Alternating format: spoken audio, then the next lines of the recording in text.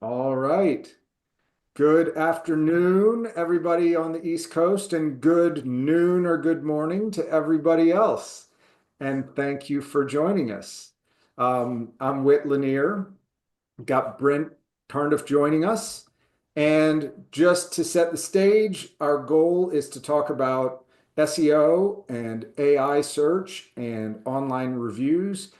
If you saw some of our posts about it, we actually did a dry run last week. It's our goal to try and get through our material in a very efficient way, shooting for about 20 minutes. But just to set everybody's expectation, if we run a little long, we will definitely wrap up our content no later than 30 minutes. And we would love to stick around as long as we need to if anybody has any questions. While we go, if you have a question that comes up along the way, feel free to type it into the Q&A box or the chat box during the presentation, and we will do our best to either answer them on the fly or to answer them at the end. I'm going to go ahead and try to share the presentation we will be walking through, and then we will get started to try to stay on time. Brent, can you see the deck?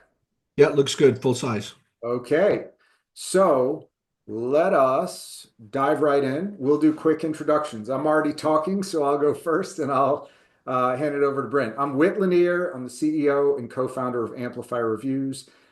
Amplify Reviews helps financial advisors collect and display compliant client testimonials in the form of ratings and reviews. And of note, this is the second startup company I've worked on focused on online reviews. The previous one serviced hospitals and healthcare systems. We saw a lot of similarities, and when the SEC marketing rule was released and changed the landscape, we believed that this was going to become an imperative for this industry as well. And so here we are. Brent, great to have you. Tell us a little bit about yourself. Thanks, we're excited to be here. Always happy to talk SEO. My name is Brent Carnduff. I'm the CEO and founder of Advisor Rankings. I've been working with advisors for 15 years. We are an SEO first agency that works exclusively with advisors. My background is I was a teacher, then went and got my MBA in financial planning, was going to be a financial planner, but along the way got really excited about what was happening online, and here we are. Awesome. Well, as I mentioned in some of the posts teeing this up, you and I have had just a couple of sort of social networking calls, and I think the most recent one we both thought was really interesting and realized that it was timely and relevant to the audience that we both serve. So here we are, and I think our goal today is to try and keep this a little bit conversational rather than just preaching to the folks on the call. So what you will hear, our dear attendees, some of this stuff is, look, I defer to Brent for the expertise on all things search. Some of these are things that I have come to believe or heard, and I have a hunch, and I'm going to put them out there and get Brent to chime in on them. And then we'll end with Brent giving us his direct perspective and some very concrete recommendations.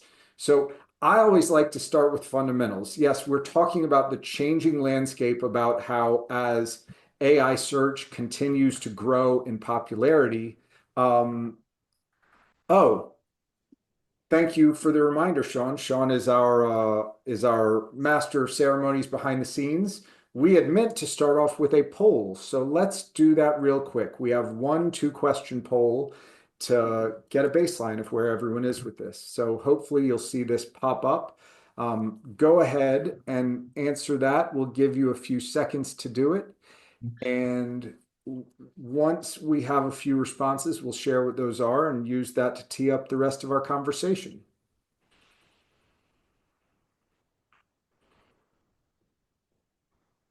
I can be a slow reader, so I'm going to read these very slowly and think about it for a second.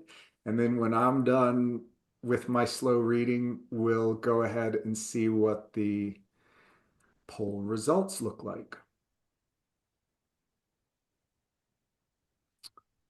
All right, let's see those results. Our first question: in the past week, have you used any of these AI tools?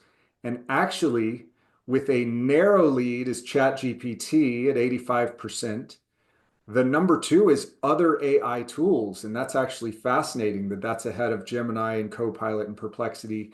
And only 8% of folks said none. And then our second question, have you ever asked a conversational AI tool what it knows about yourself or your business? Close to 50-50. We have just over half of folks have done that. So it's interesting and gives us all a little bit of a feel of the audience here we're working with. You So want to scroll down to the bottom of that, Whit? of, We can only see the top half of it. of the poll, Yeah. The answers. oh, I don't know what the display looks like. I already closed out of it. That's So, all right. Sorry. all right. About half and half. Say it again. It was Oh, about half and half on the 54 bottom. said they have, and 46 said they had not asked about themselves or their business. So before we dive into the stats about how this is evolving, right, I like to start with fundamentals. We're worried, we're here because we want to stay on top of what is changing as people go ask a conversational AI tool or an AI bot, whatever you want to call it. They take their queries, they take their needs to that instead of just a search engine. And what do we need to change knowing about that shift? But if we back all the way up, Brent, here's my understanding. Why do both of these things exist? Search engines have always been there to try and connect the user with whatever it is they're looking for. And while we have to tweak the language a little bit, basically the AI tools that are emerging, and I'm going to refer to ChatGPT. It's not my bias. That's the one that I use the most. I think we'll refer to them collectively, even though we know they have some subtle differences.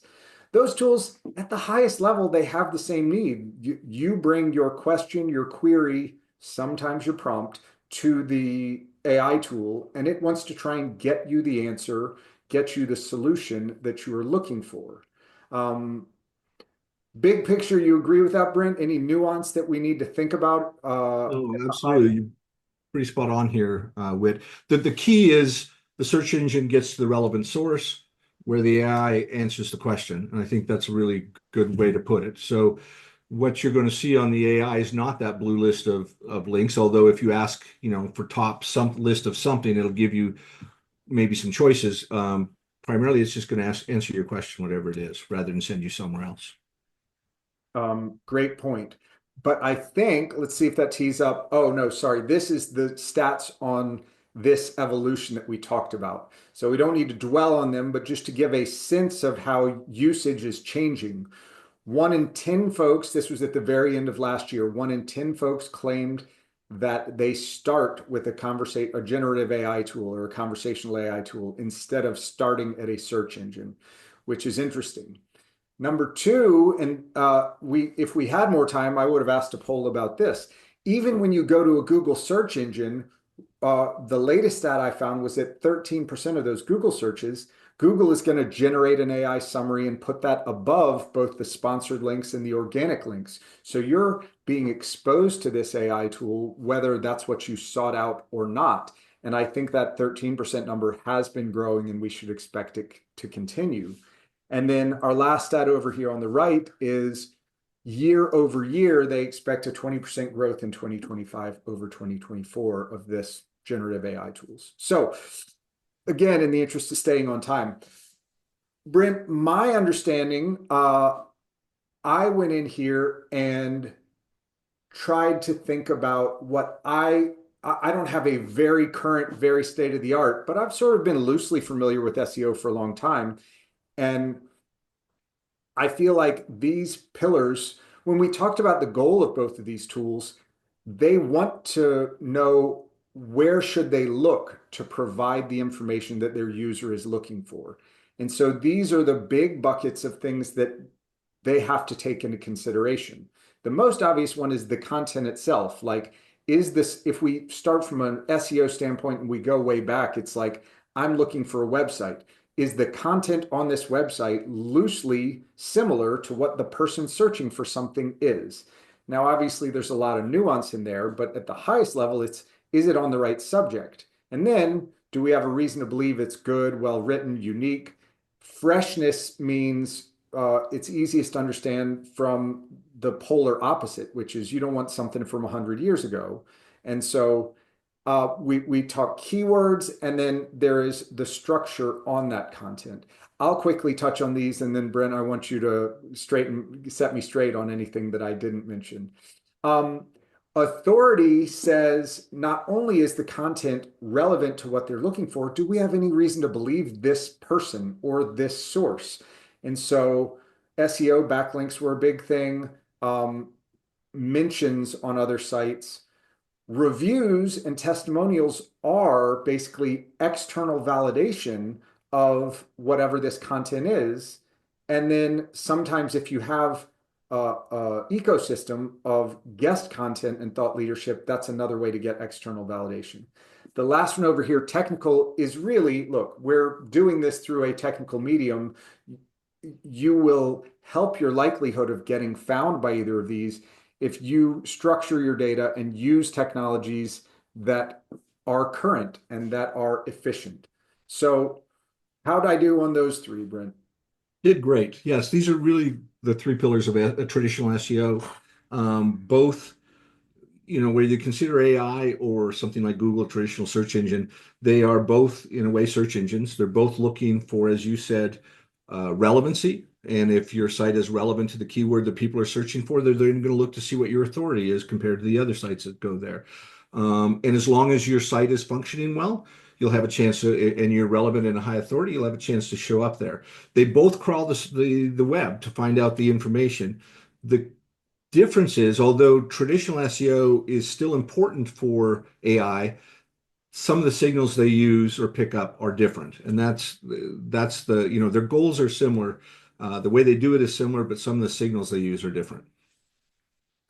And I know you're going to dig into those details in a second. So Yep. I think I have the next two slides are sort of specific to me in the business of Amplify Reviews. I think they're relevant to everybody.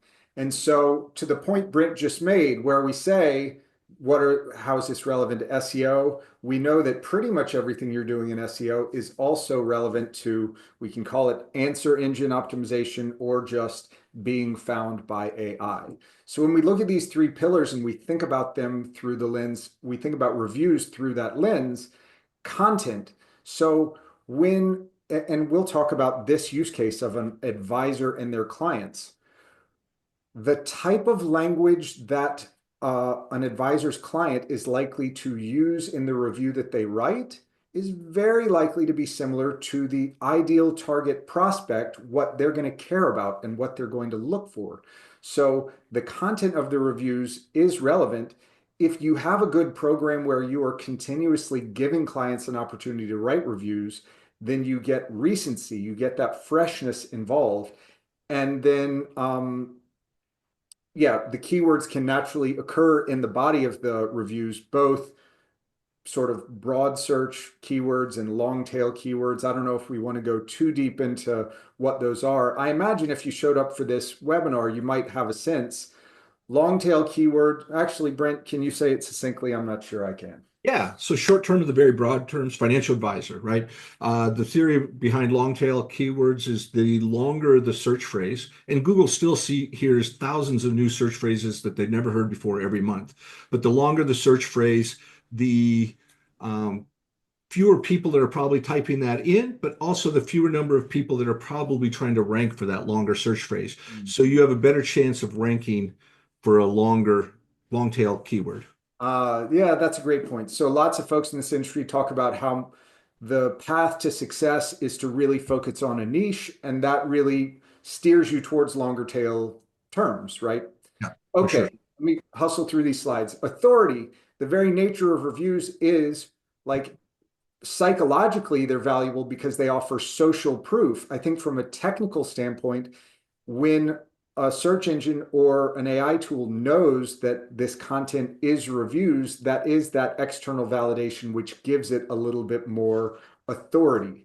And so more reviews is better in that stance. And then I know Brent is also going to talk about schema markup, but this just means what is invisible to the eyes of a user that visits a website. This is marking up the content so that a search engine or an AI tool has a better understanding of what type of content they're looking at. And so you see the bottom two bullets here I'm going to show on the next slide. Our platform automatically formats the reviews that we collect using this schema markup, and this is what that means. The first thing, if you see over here on the left, is what we call these rich snippet stars. So in that first page of Google search results, everyone probably knows if you look at a site like Yelp, they're probably going to have the little star rating right on the search results page visible there. Well, when you use this schema markup and you put reviews even on your own website, you're letting those search engines and the AI tools know this is review content, interpret and digest it as such. And then the really impressive thing, this is changing every day. But as we were getting ready for this webinar, I went and took a look at some Amplify Reviews clients. These folks are publishing reviews only on their own website. And this has compliance benefits. A lot of times that's the easiest thing to get through compliance. It also has a number of other benefits to the advisor. People are worried that they won't be as visible as, say, Google reviews are, and Google reviews are still plenty valuable. But look at this Google AI summary. When I asked, what do clients say about Dennis O'Keefe? This entire AI summary is all from finding and parsing the client reviews collected by Amplify Reviews that live on Dennis's website. And this, I mean, I was shocked at how much of the results page this takes up. Not only did it digest all this, but it put it into 1, 2, 3, 4, 5 categories. So shows the power of using these technical details, including schema, and shows that putting this content on your own website can still be really valuable. All right, I've talked a lot. Sean, at any point, let us know if questions are coming in, but I'm going to pass the torch over to Brent to talk about, he alluded to earlier, we still need those three pillars, but the ways that the AI tools look for content, authority, and technical have changed a little bit. So tell us what we need to know here, Brent. Yeah, so this is kind of an overview of what signals AI is looking for that may or may not be different from what traditional search engines. To start with, traditional SEO signals, we already covered that. They take a lot of just from Google rankings and Bing rankings. That imparts a lot of information to the AI, so they do replicate some of what goes on in Google and Bing. And then I suggested Google and Bing themselves that you not only yes, the better you rank, the more AI is going to pull from that. And Bing becomes a player now, right? It's directly connected to ChatGPT. Microsoft owns both. You'll see now Chat go out and do live searches. It'll tell you, I'm going to do a live search of the web now. That is right off of Bing. They're going straight to Bing on that. So Bing was always an afterthought as an SEO. We Yeah. ranked for Google and figured, what's good for Google, what's good for Bing. There's a couple differences in how you should set up for Bing. We Schema saw in is, our poll at the beginning, it's not a huge sample size. ChatGPT was number one. If we had done search engines, I don't know where Bing would have ranked, but I would guess fourth or lower, so yeah, they big change. prior to all of this, they were about 4 or 5% of all search. Yeah. Uh, and now they're, through chat, they're going to be used a lot more. Schema, as Whit mentioned, it's just code you put on the back end of your website to let the search engines, both traditional and AI, understand the page a little bit better.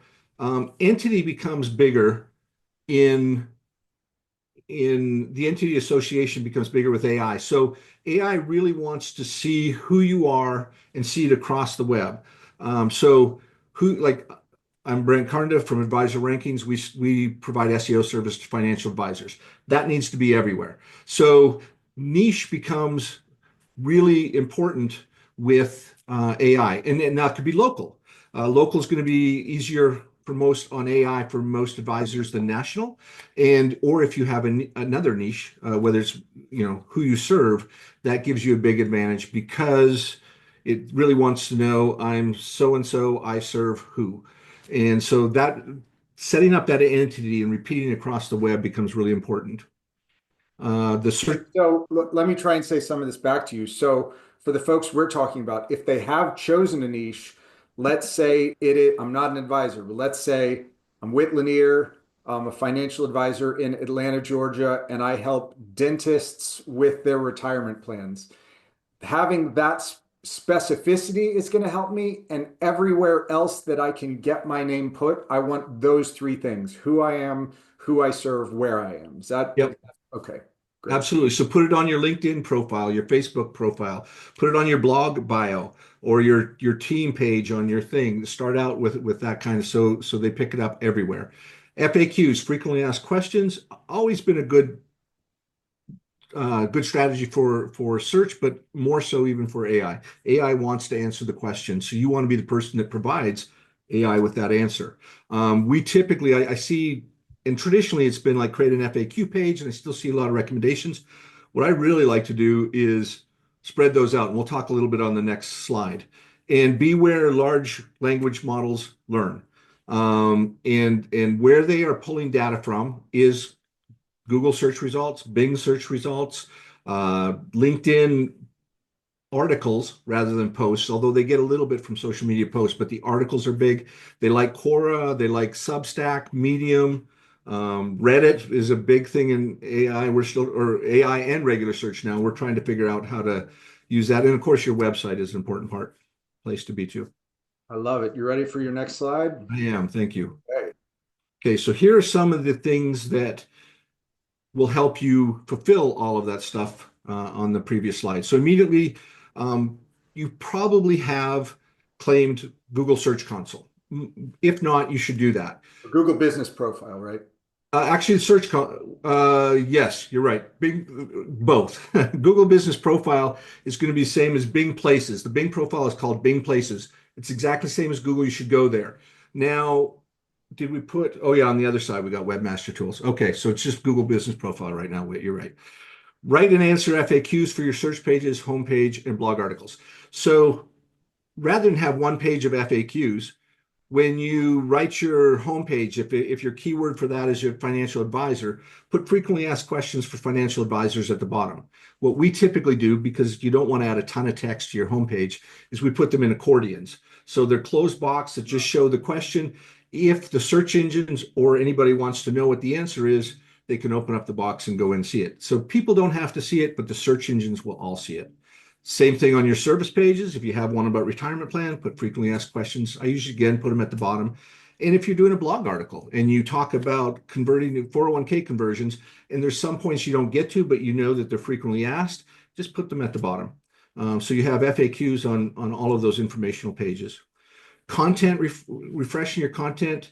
Google has always wanted new content, but it's becoming more and more important. Like, so I used to consider refresh your content once every year or two. Now we're finding 6 months to a year, even sometimes on the really important stuff. So if you have content, an article that's really drawing a lot of people, don't leave it too long. It'll start to drift off after a while. Go back in, clean it up a little bit, change the dates if you need to on it, and then republish it with a new date. It helps refresh it and keep it in Google's as good updated content. Entity, we talked about keeping that who, what, where, and then republish across the web. So if you publish an article, what we're starting to do now, if we publish an article on our blog, we then go to Medium and republish that exact article. There's a way of signaling to Google, it's called a canonical, but to signal to Google that we want you to use our original article as the main post, crawl it. And then we use AI to help us write a second version of that article, maybe a shorter summary version, and we're going to start publishing that on LinkedIn. So that article gets us on LinkedIn, gets us on Medium and our own website, and it's not going to be considered duplicate content anywhere from that. Nice. So yeah, that Sorry. sounds like good content marketing best practices. If you put a lot of effort into a piece of thought leadership, make sure you are extracting as much value as possible. This supports that really well. It's just saying if you know the nuance of each platform, you're going to get not only the most content value, but you're going to get the most AI and SEO value as well. Absolutely. Yeah. And that's new for us for SEO. It's specific to AI. And we ended up using Medium rather than Substack simply because of an AI trick. It allows us to use that canonical link to go back to our blog. Substack doesn't. So we thought that was more valuable. Awesome. When you're strategically, some things, other things to think about. Of course, always apply SEO best practices. If you've been working on SEO, keep going. That's not going away. You want to try to hit both traditional and AI now. One other thing you can do immediately that I didn't even put on this list is AI wants your answer at the top of your blog. So we might write does Colorado have an inheritance tax? And we realized that we need to write 2,400 words to rank for that. So we write a 2,400 word, what is inheritance tax? What is the federal inheritance tax? What is called, anyway, the answer might be no, right? Or yes, it's whatever percent.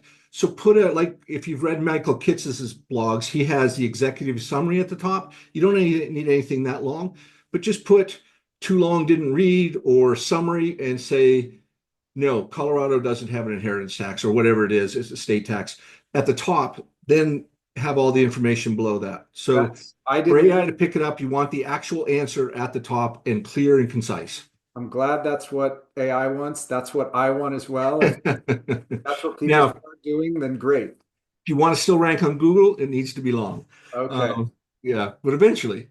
Um, Sitemap. Okay, this is what I was going to talk about. So Bing, if you do Google Search Console, you can submit your sitemap there, and it allows Google to know all the pages you have and it helps index more of your pages. Bing almost also has that. Bing Webmaster Tools. So go submit your sitemap to Bing Webmaster Tools. And I Uh, think, sorry, I keep interrupting. no, that's good.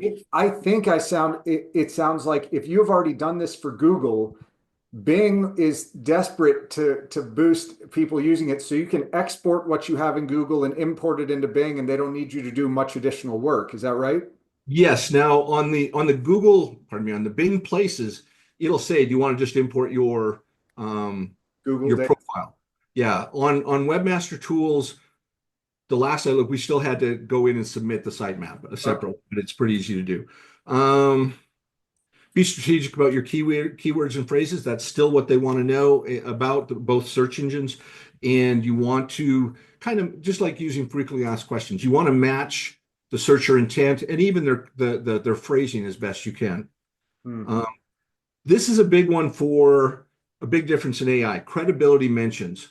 So right now for authority, you really need backlinks, right? So if you go on a webinar or a podcast or a guest post somewhere or get mentioned by the New York Times or Wall Street Journal, it really, I mean, it's good PR for you, right? But unless you get a backlink to your website, it doesn't help you a lot with SEO.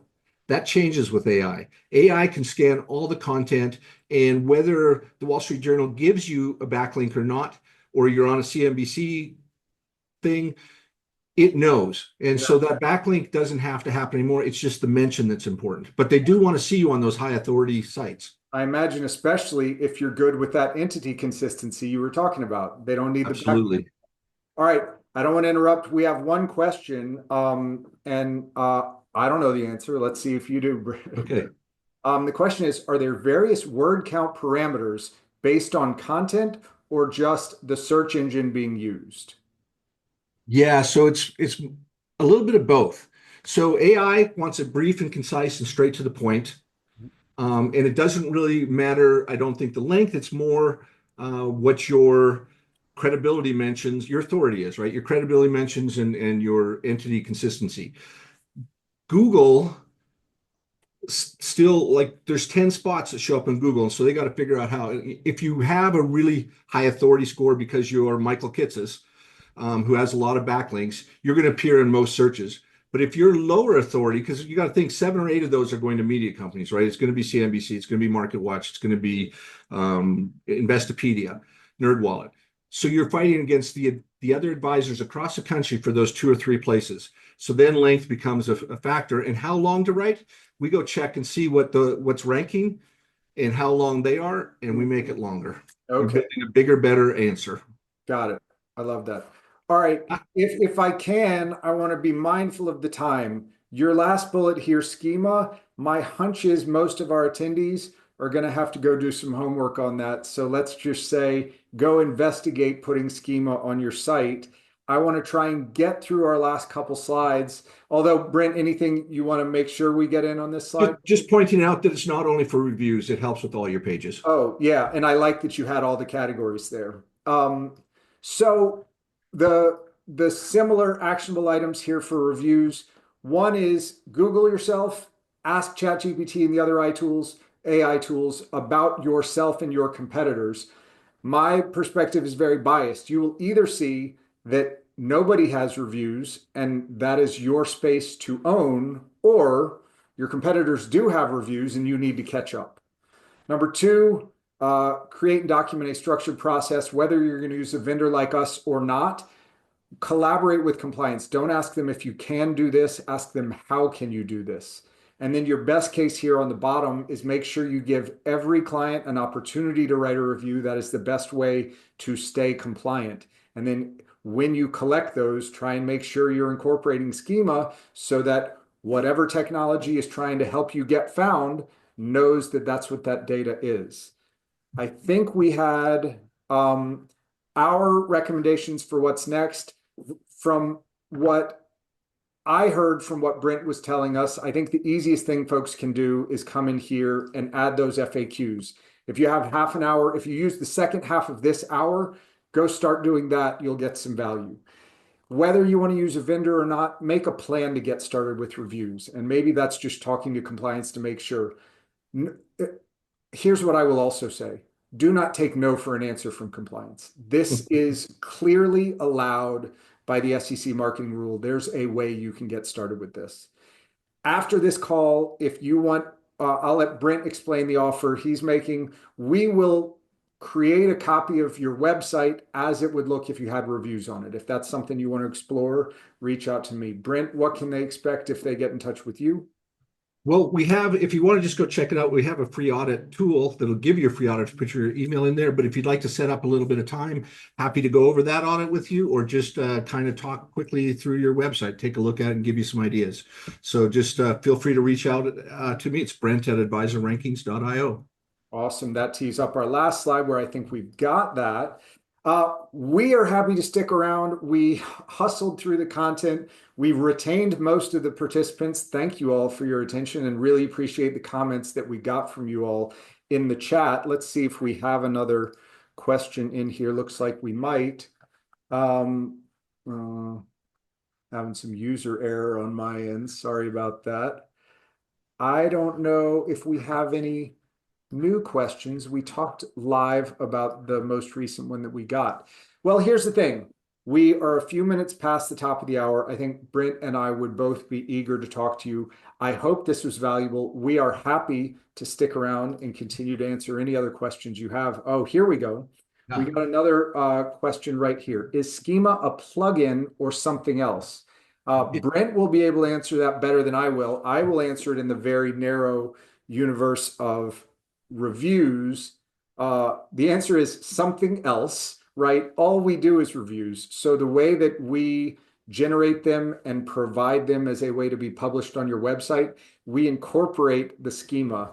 I'm going to try a little more and then I think Brent can do better. If you know anything about HTML, it stands for hypertext markup language. Now, in its origin, that would let you show text. And if you marked it up, it could be bold, it could be italics, it could be underlined. All of the markup was visible. I believe schema is invisible markup that sends information to other technologies to let them know exactly what is contained in there. How'd I do? And is it ever a plugin, Brent? Great, Whit, you did great. And it can be a plugin. So it's code, but of course, if you're on WordPress, you can use a plugin for it. They first, if you use a SEO plugin like Yoast, it'll do a little bit of it for you. I don't think it does reviews. Somebody will have to check into that, but it'll do some basic schema. It'll do local schema for you automatically, and I think it'll help with your blog post schema as well. We use to get the other stuff. We use I think it's called Schema Pro, and I can do a quick search on that while we are talking. But it'll do most of the other stuff that you want if you want to go through that. We paid for there's a lifetime license. It's not too bad, but so you can do a little bit of that on your own through that if you're on WordPress. Awesome.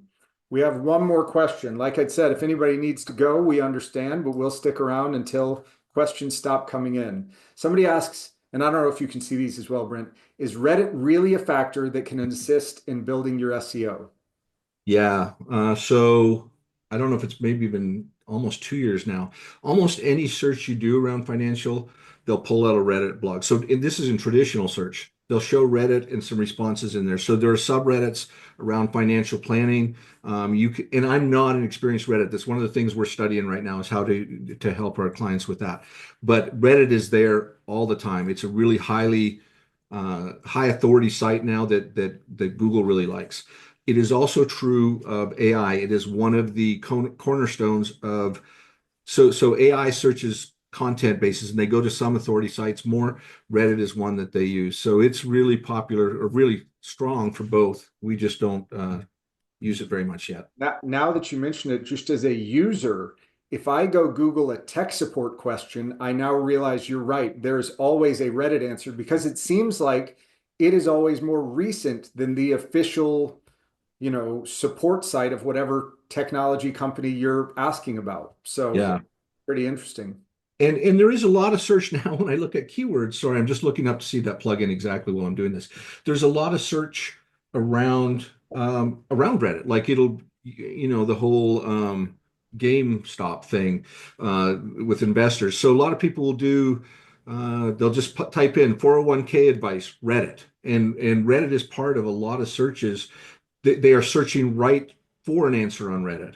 And I think because of that whole thing, there's a lot of financial search around it. I love it. WP SEO schema, and we use the Pro. And that does, you had mentioned several schema types. Uh, is that plugin sort of you have to fill in data that it knows is structuring for schema, or does it, I guess it would have to be an AI tool to look at the content you already had and apply schema to it, right? It sets up because schema is pretty broad. So when you're doing a blog schema, it doesn't say that it's about what it's about. It just says this is an article.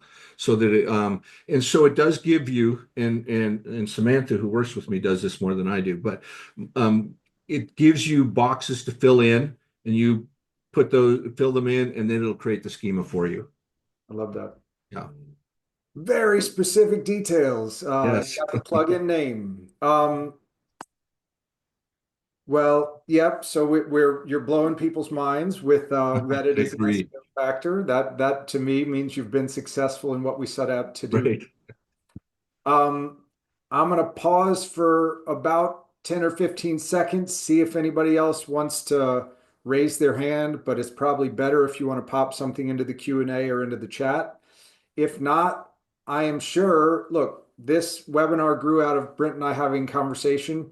He's a great, very friendly guy. Neither one of us are very pushy salespeople. I think we really enjoy having the conversations with people. So if you have other questions, I think we'd both love the opportunity to chat and connect. So came in a little after a little 39 minutes when we answered all of the Q&A. Not too bad. We had a great attendance and folks sticking around. So I really appreciate everybody who took the time to spend some time with us today. We'll obviously send a follow-up email with the slides.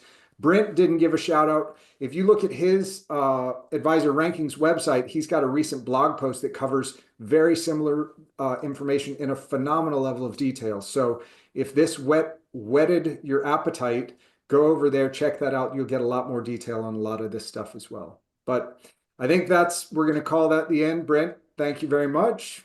Thank you, everyone. Thanks, All Whit. right. Have a great rest of your day, and we'll look forward to connecting with you all. Thank you.